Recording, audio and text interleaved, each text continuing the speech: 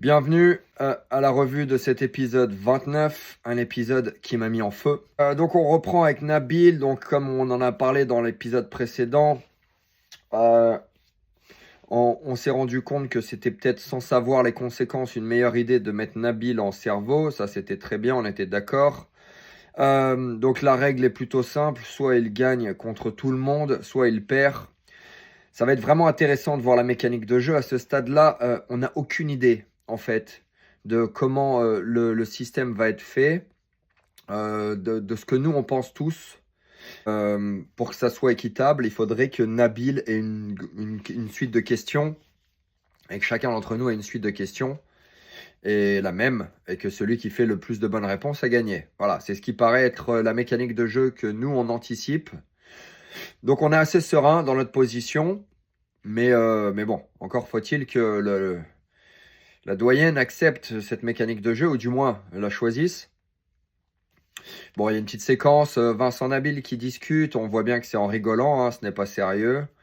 Puis après, petit moment émouvant entre Nicolo et Vivian, c'est cool qu'il se rabiboche, comme il dirait Vivian. Alors, perso, je voulais faire une petite note, et je le regarde maintenant. Jamais personne dans ce jeu ne m'a proposé de faire exprès de perdre. Je n'ai même jamais entendu cette phrase, c'est-à-dire que je n'y ai jamais pensé. Je pense que Toto, c'est pareil. Lui et moi, on était là-bas, en fait, comme des crocodiles dans la mare, mais on nous a jamais parlé une seule seconde de piper une épreuve. Je le vois là, sur plein de séquences, je n'ai jamais rien vu, quoi.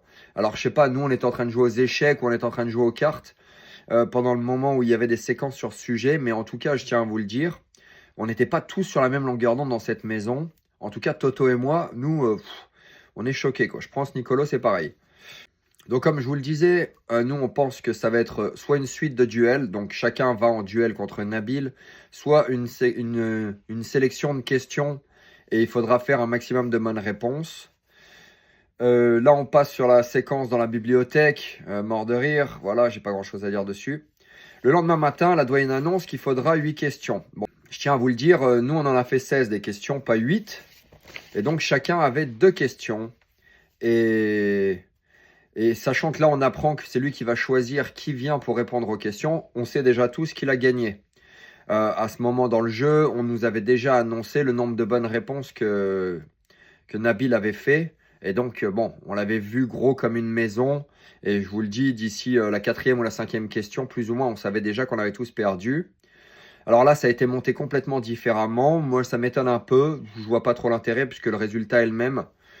Mais voilà. Donc, première question, le safran, ok. Ma question, le phénix. Bon, moi, les 2 questions que Nabil m'avait filées, c'était les questions où ma fille pouvait y répondre les yeux fermés. Et là, on était, pour moi, ma question, on était au stade de la question 7 ou 8, plus ou moins. Et on savait déjà qu'on n'était pas rattrapable. On avait déjà vu la fin de cette histoire. D'ailleurs, vous voyez Toto qui passe et qui donne la bonne réponse sur le basilic, et pour autant qui a une gueule de dégoûté, parce qu'on sait tous qu'il n'y a aucun espoir à ce stade-là, on sait tous qu'on a perdu. Vivian, Luris, bon, on va pas en discuter plus. Les questions étaient vraiment très très simples, et si on avait eu chacun la suite de questions et qu'il aurait fallu faire le meilleur score, c'était sûr à 100% qu'on gagnait face à Nabil. Voilà. Quand Benoît passe, on voit aussi nos têtes derrière, hein. Il n'y a personne qui est vraiment engagé puisqu'on a déjà la réponse. Question de mail, on ne s'attendait pas à autre chose. Ok, Mélanie a dit qu'elle piperait, donc même si elle connaissait la réponse, elle nous fera croire que non. Mais ça fait partie de leur stratégie, c'est bien pour le jeu.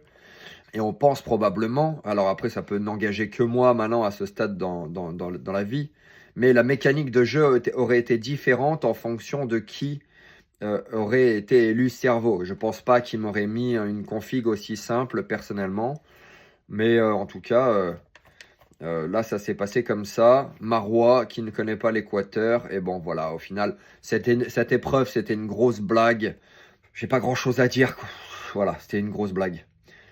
Alors, donc maintenant, on sait que Nabil gagne, c'était garanti, et on sait que l'un d'entre nous va partir en duel contre quelqu'un d'autre. Avec Toto, on avait fait des prières dans le couloir, des prières à Mahatma Gandhi et prières à un autre mec, j'ai oublié, dans le couloir, à Nikola Tesla. Toto, il faisait les prières en face du dessin de Nikola Tesla, s'il te plaît, s'il te plaît, s'il te plaît. Et bon, moi aussi, je faisais les prières en face de Gandhi. Gandhi qui dit la paix, hein, et qui, au final, après que Toto soit passé, Nicolo soit passé, Mel soit passé, Vivian soit passé, le coup du destin fait que je me prends une croix et que je dois partir en duel. Voilà, Gandhi, tu vois, Gandhi, on sait hein, qu'il a tout fait pour la paix, mais c'est passé par la guerre, et c'est peut-être le message qu'il essaye de me faire passer à ce moment-là. Il m'a dit, mec, tu pars en duel, et tu pars en duel contre un adversaire que tu n'as pas envie d'avoir en face de toi. Ça va être très intense, ça va être sur l'épisode de demain. Je suis épuisé, rien qu'à regarder les épisodes de chez moi, déjà je suis épuisé. Je vous le dis franchement, dans ce jeu, on n'en pouvait plus, on était au bout de nos vies. Bref, fin de cette petite revue débrief de l'épisode 29. J'ai une petite punchline, qui n'est pas vraiment une punchline, mais qui était mignon. Il n'y avait pas trop de punchline en fait, ou alors je ne les ai pas captées, j'étais trop investi dans la mécanique de jeu et comment elle avait été montée. La punchline, c'était Vivian qui dit à Nicolo, ah bah c'est bien, tu viendras à mon mariage avec Solène alors. Bon bref, je rigole. Et puis voilà, c'est tout pour aujourd'hui. Je vous remercie d'avoir regardé cet épisode. Merci aussi de vous abstenir des commentaires débiles et stupides sur les gens qui prennent parti sur qui je suis et qui je ne suis pas, et avec qui je m'allie, avec qui je ne m'allie pas, sachant que vous ne voyez que 5% de l'émission et que les 95 autres pourcents n'ont pas été filmés, ce qui vous empêche d'avoir un avis même un tout petit peu objectif. Merci pour votre recul, vous regardez de la télé et comme je viens de vous le dire, il y a beaucoup de montage, les choses ne sont pas comme elles se sont passées et donc ce que vous voyez, c'est vraiment ce qu'on veut vous faire voir. Merci à tous, prenez soin de vous, one love, on se retrouve demain. Bye bye.